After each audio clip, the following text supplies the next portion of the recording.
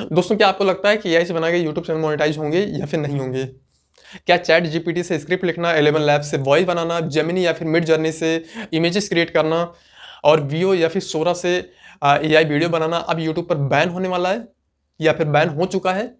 अगर आपके मन में भी ऐसे सवाल हैं तो इस वीडियो को आखिर तक जरूर देखिएगा, क्योंकि ये वीडियो आपके सभी प्रॉब्लम को सॉल्व करेगा। क्योंकि 2026 में यूट्यूब ने एआई कंटेंट को लेकर ऐसे बदलाव किए हैं जिन्हें समझे बिना अगर पुराने तरीके से वीडियो बनाते रहे तो आपका जो मोनेटाइजेशन है वो रिजेक्ट भी हो सकता है। जी हाँ, आपका मोनेटाइजेशन रिजेक्ट हो सकता है। लेकिन अच्छी बात यह है कि अगर आप सही तरीके से एआई का इस्तेमाल करते हैं तो आने वाले समय में एआई चैनल से लाखों रुपए कमाना भी आसान है। इसलिए आज की इस वीडियो में हम विस्तार से समझेंगे कि यूट्यूब के नए एआई मोनेटाइजेशन रूल क्या हैं और कौन सी गलतियां आपके चैनल को खतरे में डाल सकती हैं और कैसे आप अपना एआई चैनल 100% मोनेटाइजेशन के साथ सेफ तरीके से आप जो है बना सकते हैं। अब सबसे पहले हम एक सबसे बड़ा भ्रम दूर कर लेते हैं कि आज भी इंटरनेट पर हजारों लोग यह दावा करते हैं कि यूट्यूब ने एआई चैनल को बैन कर दिया है।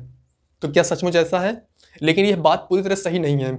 आपको मैं बताता चलूं, यूट्यूब ने एआई को बैन नहीं किया बल्कि लो क्वालिटी एआई कंटेंट पर सख्ती बरती है, सख्ती बढ़ाई है। यानी अगर एआई केवल आपकी मदद करने वाला एक टूल है और वीडियो में आपकी खुद की मेहनत, रिसर्च, एडिटिंग और क्रिएटिविटी दिखाई देती है तो ऐसा चैनल पहले की तरह ही मोनेटाइज हो सकता है। लेकिन अगर पूरा वीडियो सिर्फ एआई ने अपने आप बना दिया है, उसमें आपकी कोई ओरिजिनल वैल्यू नहीं ऐड है, तो वहीं से समस्या शुरू हो जाती है। अब सवाल ये आता है कि आखिर यूट्यूब ओरिजिनल वैल्यू किसे मानता है?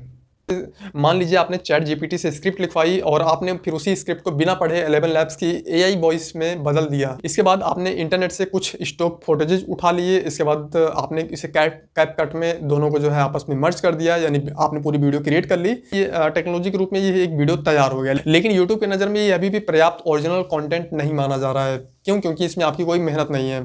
दूसरी तरफ अगर आपने एआई की मदद से सिर्फ शुरुआती ड्राफ्ट तैयार किया है, फिर उसके अंदर आपने अपना रिसर्च, स्टोरी आपने ऐड ऑन किया है, जैसे कि एग्जांपल के लिए डेटा वेरीफाई किया है, अपनी लैंग्वेज में स्क्रिप्ट को बदला है, अच्छी स्टोरी टेलिंग की है और एडिटिंग के जरिए व्यूअर्स को एक नया एक्सपीरियंस कराया है, यही वीडियो यूट्यूब के लिए वैल्यूएबल कंटेंट बन जाता है। अब बात करते हैं उन यूट्यूब चैनल की जिनका मोनेटाइजेशन खतरे में रहता है। सबसे पहले आते हैं मास प्रोडक्शन यूट्यूब चैनल, जो कि ऐसे चैनल जो एक ही टेम्पलेट पर रोज 20 से 30 वीडियोस बना देते हैं। हर वीडियो की जो वॉइस है वो एक जैसी होती है, हर वीडियो का बैकग्राउंड एक जैसा और हर स्क्रिप्ट लगभग कॉपी पेस्ट होती है और व्यूअर को ऐसा लगता है कि उसने यही वीडियो पहले भी कई बार देखी है। यूट्यूब ऐसे कंटेंट को स्पैम और रिपीटेटिव मान सकता है।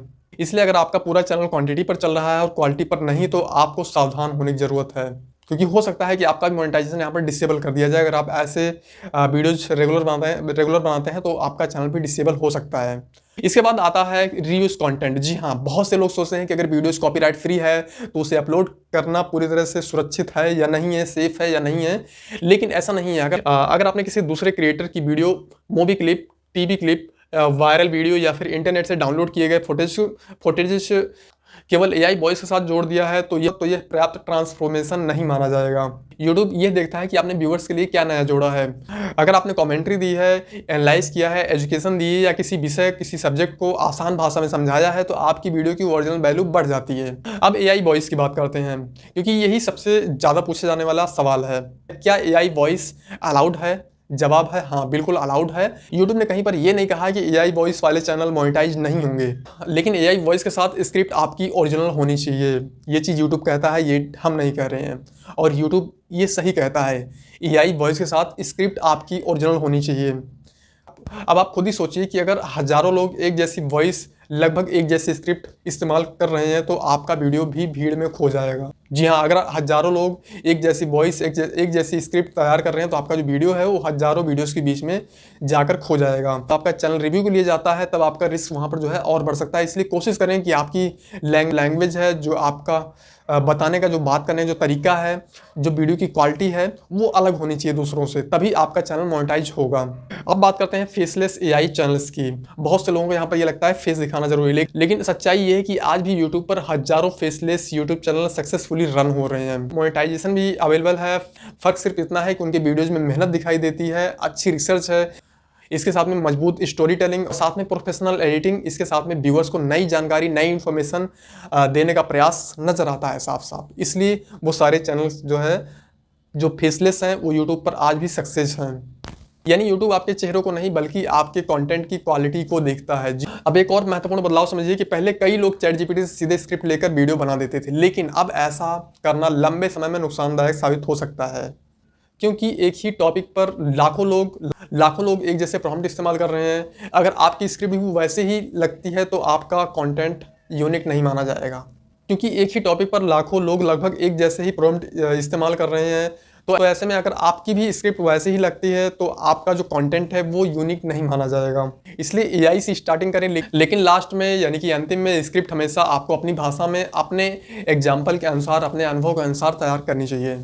अब बात करते हैं एआई इमेज और एआई वीडियोस की। बहुत सारे लोग एआई इमेज और एआई वीडियोस को लेकर कंफ्यूज रहते हैं, तो इन्हें इस्तेमाल करना पूरी तरह से अलाउड है। बिल्कुल, एआई इमेज और एआई वीडियोस को इस्तेमाल करना आपकी वीडियो में अलाउड है, चाहे आप मिड जर्नी, जेमिनी, वियो या फिर सोरा या फिर किसी दूसरे एआई टूल का इस्तेमाल करके इन सभी चीज़ों का आप इस्तेमाल करते हैं, तो इसमें कोई भी दिक्कत नहीं है, इसमें कोई भी समस्या नहीं आने वाली। इसमें अगर आपकी पूरी वीडियो एआई से बनी तस्वीरों को स्लाइड्स हो या उसमें कहानी का कोई विश्लेषण या कोई क्रिएटिविटी एडिटिंग नहीं है, तो ऐसे वीडियोस की जो क्वालिटी है वो बहुत कमज़ोर मानी जाती है।